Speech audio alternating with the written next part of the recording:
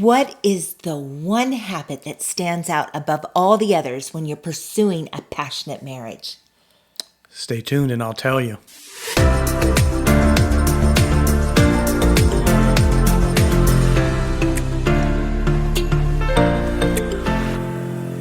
So there are habits that build passion in marriage. Yes. For example, play and playfulness, having fun together. Yes. Praise and thanks, appreciating each other. Prioritizing, making sure you prioritize your marriage. And me. Pleasure, of course. Of course. But the one that stands out above all the others, pursuit. Continually pursuing each other. Pursuing each other. This is true. The habit of pursuing each other is a lifelong endeavor. And once you are engaged and married, been married a few years, you love each other. You've got a good marriage.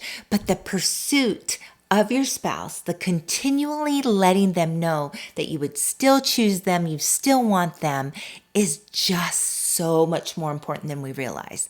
Almost every wife I've talked to needs to know every day or wants to hear every day, I love you, from their husband. I love you and I would still choose you. Yes, that's what I want to know. When you say I love you, I can believe that you would still choose me, because over the years we changed a lot. And in truth, the longer you're married, the more important pursuit is. Pursuing each other sends a message that says, I'm glad I chose you and I would still choose you all over again. Yes. And there's it's not that complicated either, but it helps you know that you are desired and that you are wanted. And it is this relentless pursuit that keeps your passion alive. It also conveys commitment. It says that I choose you, I say yes to you over all the other things in my life that I could say yes to. And pursuit leads to pleasure. I love it when he just grabs my hand as we're going for a walk. I love it when he says, hey, can we have some time together?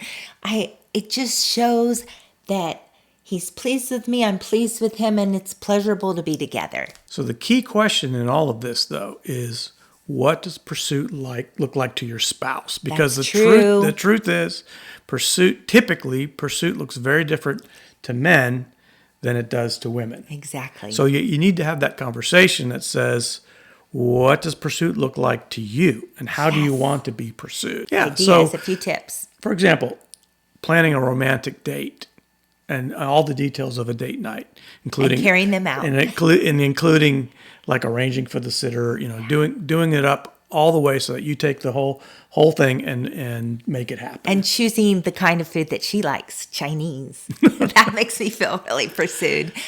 Maybe spending time, like really listening to her. That is my number one. I would love that. To be heard and understood. Maybe you write her a little note, stick it somewhere, and it says, I love you.